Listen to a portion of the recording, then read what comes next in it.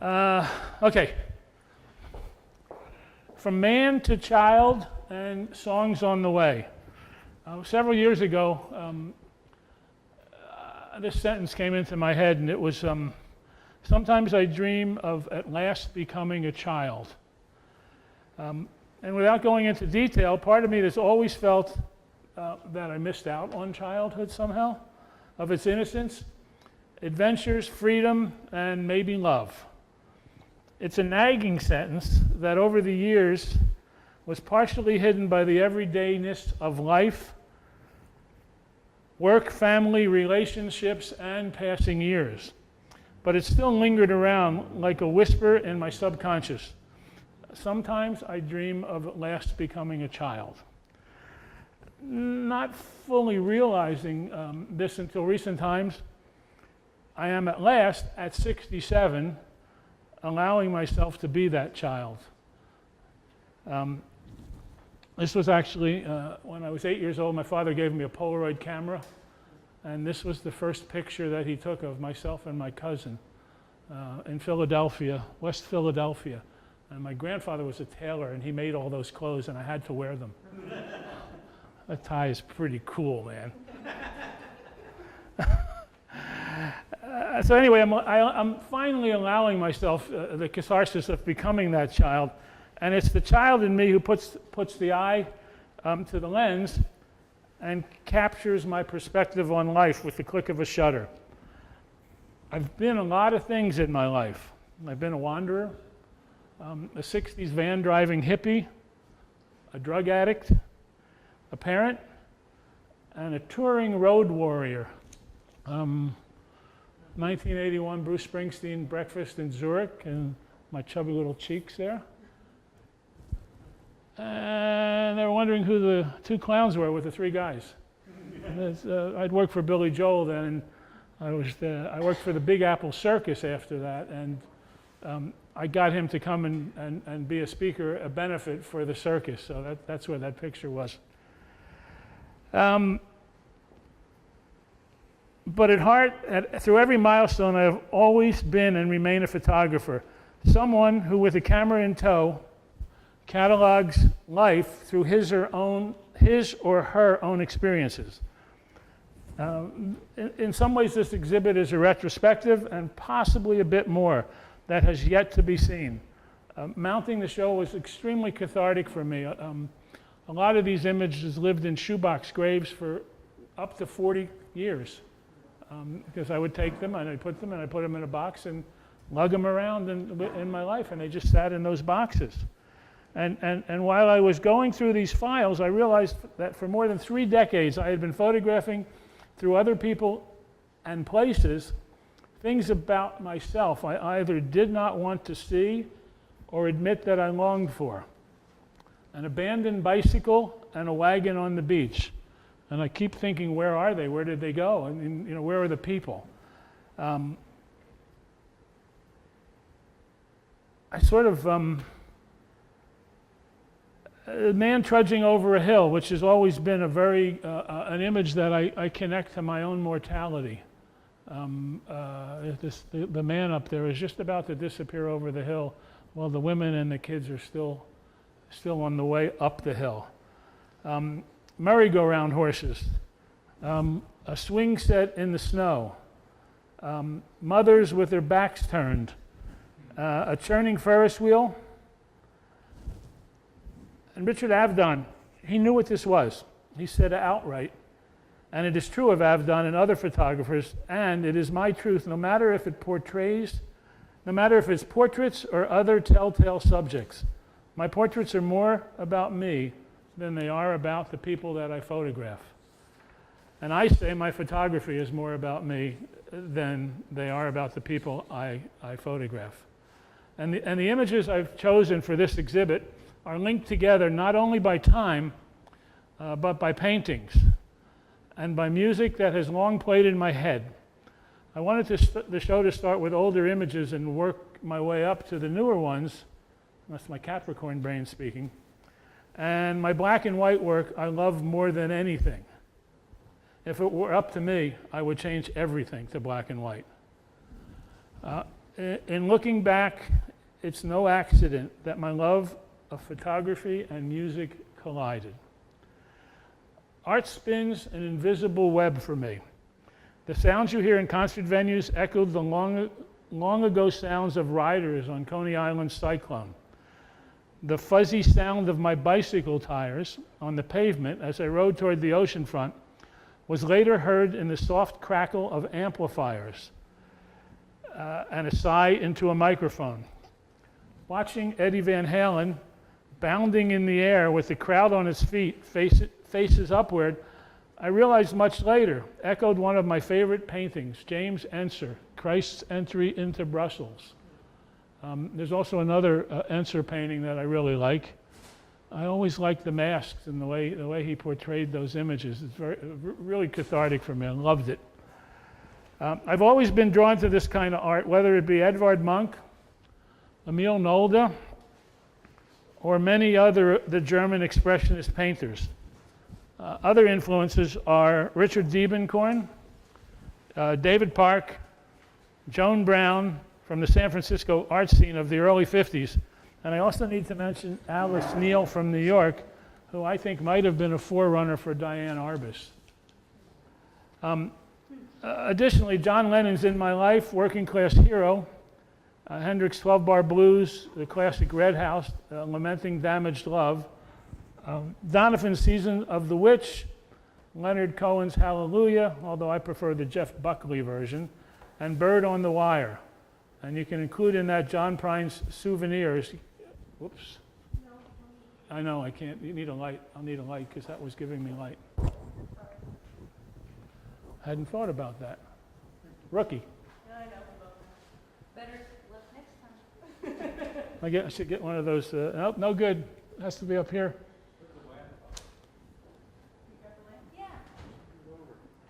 I can't get over though. I can get over. That's okay. That's good. That's good. An essayist, Aldous Huxley wrote, "After silence, that which comes nearest to expressing the invisible is music." And his photographer, Ansel Adams, wrote, "When words become unclear, I shall focus with photograph. And when images become inadequate, I will be content with silence." But it was Paul Simon who perhaps summed it up most succinctly, and not with sounds of silence, as though he had read my mind, if not my autobiography. When I think back on all the crap I learned in high school, it's a wonder I can think it all. And though my lack of education has hurt me none, I can read the writing on the wall. Kodachrome, they give us those night bright colors, they give us greens of summer, makes you think all the world's a sunny day. I got a Canon camera and I love to photograph, so never take my Kodachrome away.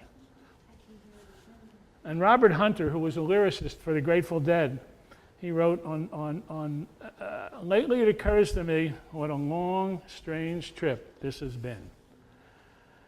The photos in this exhibit aren't those I began taking when I was only 8 years old. The year I became obsessed with photography. The year my father gave me a Polaroid camera as a gift. The simplistic dual process of peeling back the image and inhaling the pungent coating became nothing less than an addiction to me.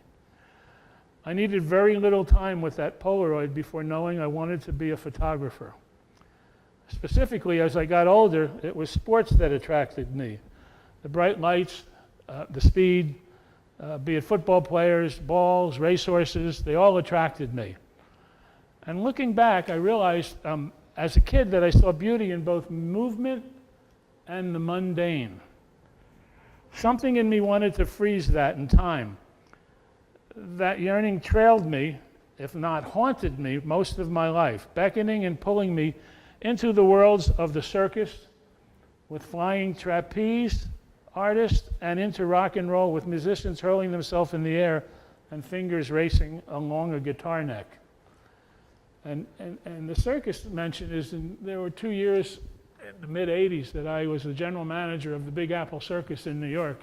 And I actually traveled with the circus, and we moved it around the East Coast, and I dealt with horse trainers and clowns, and it's very rock and roll, except it was a circus, and it was a pretty cool experience. And actually, there are a lot of paintings and photographs from the circus day, and I really, absolutely to this day, enjoyed that.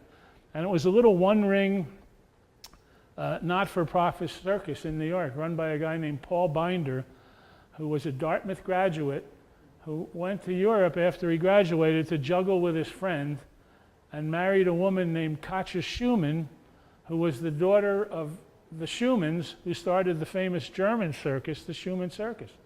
So they got married and came to America and started this one-ring circus.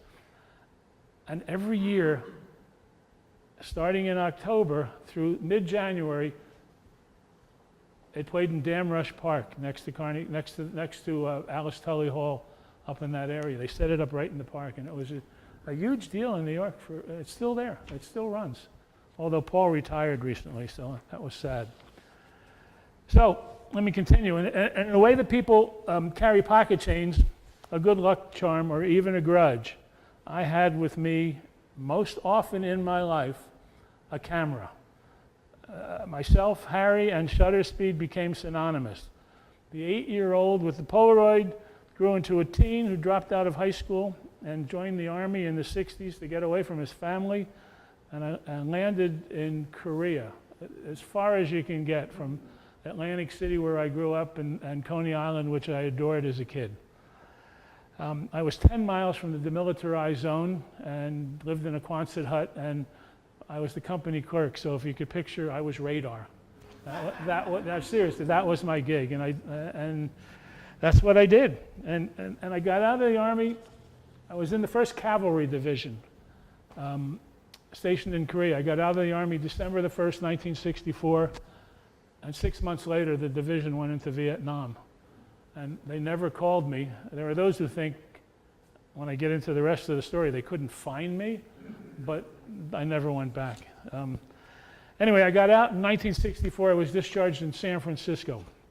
And I had 2 friends from high school, Fred and Carla, and they met me, and either I was staying overnight or I had 8 hours to get a plane back to New York, and they really liked and start to do something with them and process them with them.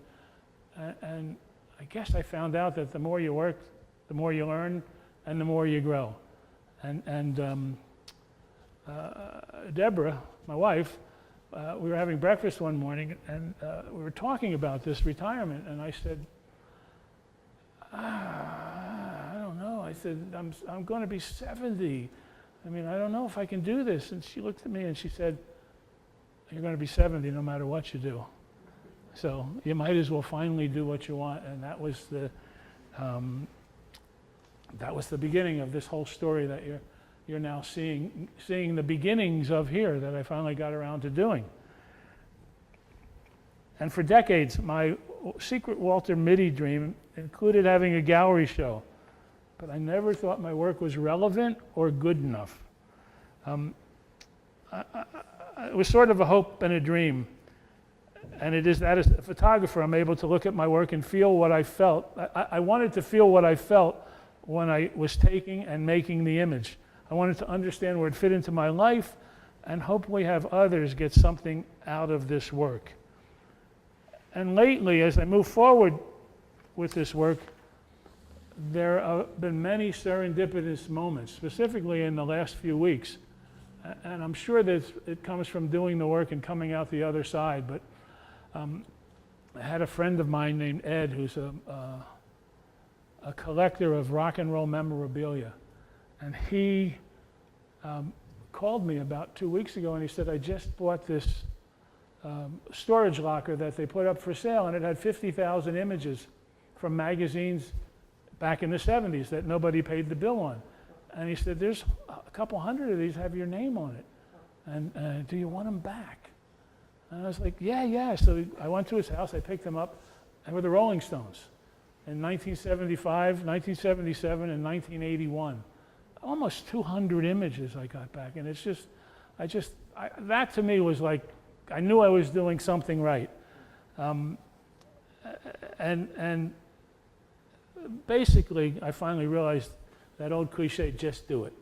And do it for yourself. It doesn't matter. You have to always do it for yourself. And it just seemed to dawn on me after so many years that it's such a simple thing, but the light just went off. And the truth be told, I never really liked anything I did before 2008. I didn't understand it. I thought it was meaningless. My guess is it did not appeal to me because I never spent enough time with the work to understand it. I didn't see that the images were documentation of a life, of my life. In a way, what I've been doing was all an act. When I finally got to do this work every day, I kept fighting the images to understand and finally make something out of what I had. Yeah, I've gone from camera to camera, from big cameras to view cameras to digital cameras to Kevin's big Phase 1 camera, and I came out the other end, and as we were talking about in dinner, none of it matters. If it's an iPhone, a view camera, a 12 by 20 camera, it doesn't matter. It's always about the image. And I think that when you take a photograph, it's an image. And when you print the photograph, when you print the image, it's a photograph. I truly believe that. There's so much internet stuff going on and so many people showing you work on iPads. And I just think till you hold it in your hand or see it displayed, it's not a photograph. It's just an image.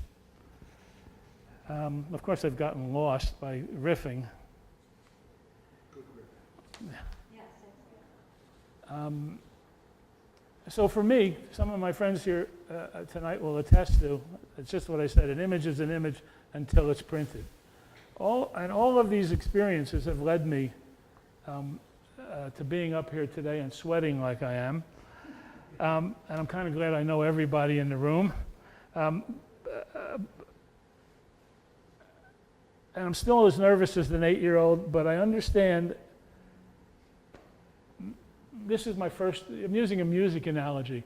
This is my first record, and I'm really looking forward to making the next one to see where it takes me. And what we say in the music business all the time is you have your entire life to make your first record. And then you move on. And I'm really absolutely thrilled that Kathleen did this here, and I was able to get these images out of the box and up onto the wall. And well, not done yet, Ken, but and I just want to end this with my artist statement. I know you're supposed to probably start with it. And this artist statement, I've written in books and made notes and have kept diaries and drawings and visual diaries with my iPhone for years. And I've always wrote things down, and I came up with this. Generally, we see in terms of our education, we see what we believe is there. For me, as a photographer, I need to relax my eyes and my beliefs.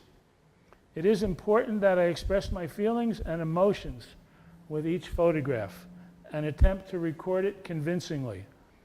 And this is extremely emotional and personal. Personal in that no one else has my vision and no other photograph will look like mine. And what I enjoy most about photography is the camera's ability to find much different than the eye. There's always a surprise with each frame. And it's not any particular object, but the relationships of objects or the isolation of an object that attracts me. A couple things I want to say at the end here. One, thanks to Kathleen, who, I don't know where she is, who put up with me calling her at 7 a.m. in the morning most days going, this is not working, this is not going to do, this is not going to happen, I can't do this. And she would just sit there silent. And then I go, okay, talk to you later. And even today I'm like, this is not working, and she just walked away. So she's been like a rock ever. And I met her through music. Her and her husband used to come to Eagles shows, charity auctions. They'd win things, and I met them that way. And I've known them for years, just coming to these shows. And then one day, what do you do? What do you do? And this has all come out of that meeting back then. So, so she put up with the 7 a.m. calls, and I think I called her yesterday at 7 a.m. The other thing is Dean Gravel. I don't know if you guys know him, but he's the guy who framed this entire show in a day and a half. And he's down at the Stutz, and he stretched all the canvas, and he got it all up here in time to make this show. And the guy just, he's recovering from a debilitating disease, but he beat it, and he just did the work, and he's just the sweetest guy. 2 people, very important people in my growth as a photographer. One is John Paul Caponegro, who taught me, and for better or for worse, this sort of Zen approach, the body and soul and the community of photographers and photography. And I've taken many workshops with him. He taught me a lot about printing, but he also taught me a lot about myself in the way that he handled himself in his workshops. And the other guy's Dan Burkholder, who I took a workshop with Dan probably 2.5 years ago for iPhone, and we've been the best friends ever since. He's always free with me and teaching, and in that first workshop he came downstairs and said, I have to go away for a week. Does anybody want to watch my house? And I said, and Dan has a complete dark room. And I said, can I use the dark room? And he said yes, and that was it. That was now I house sit for his dogs and cats, and I get to play in the dark room for weeks at a time, and it's just, I don't have one anymore, so it's great to go down there, and I platinum print still. Dan taught me how to platinum print over gold, which I love doing. I think it's it's a spiritual process. The images that come out are so antique and so old, and they just speak volumes. All right, enough about photography and art. This is, I want to introduce you to someone who I admire a great deal. I met this guy a few years back while I was on tour with John Mellencamp. His empathy for the human spirit is beyond comprehension. I mean, he's just, that's just him. And if you describe the mark of a great man or woman, what it is at the end, it's giving back more than you take. And this guy fills that bill perfectly. This part of the show is to benefit onematters.org, which is in Toledo, which helps the homeless. And then in a month, I'm doing a complete show there where all the money is going to go to help the homeless. And the guy's sitting right in the back, and it's Ken Leslie.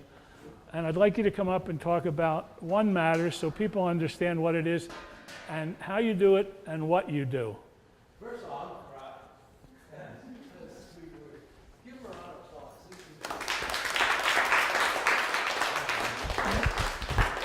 Oh. And this lovely lady too. Give her a round of applause. I always felt give an inch to the left or an inch to the right, I could have been a drug addict, in jail, or on the street.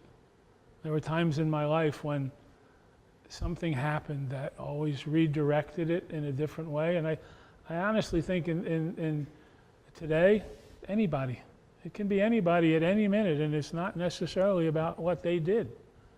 It's just the system that does that. Now, for me, it wasn't as much the system. It was more being a young, I don't even know what to call it. Just I pushed the envelope pretty hard when I was a kid in many different ways and hung around some pretty unsavory characters. So when I realized it later on, and when I met Ken, that was why I got involved, because it just felt right, you know. And anyway, that was it. That's my story, and I'm sticking to it.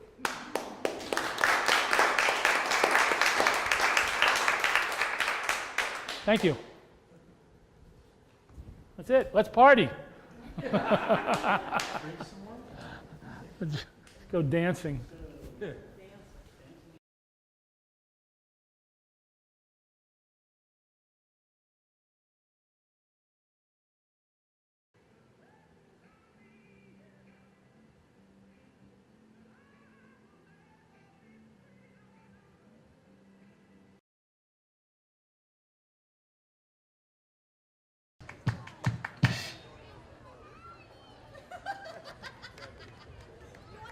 How's your belly?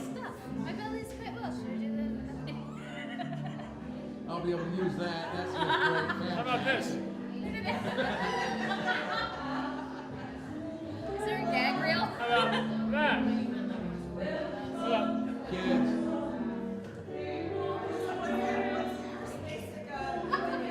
Just leave it.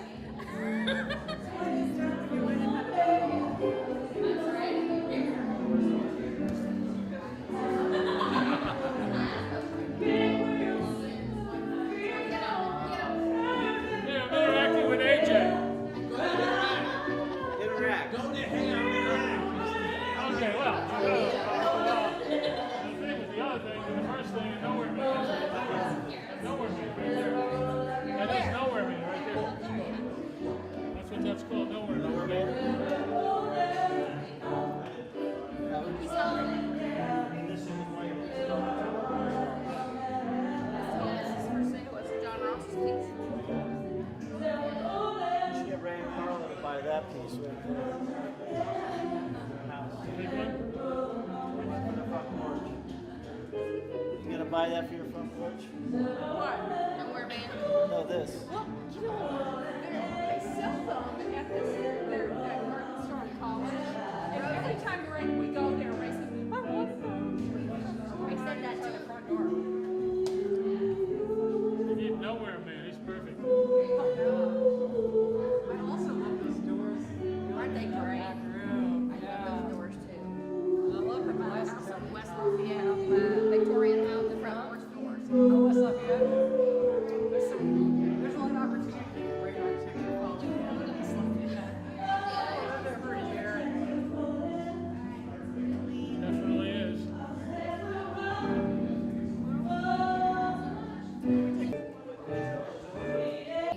Stevie, go Stevie. You set my soul on fire.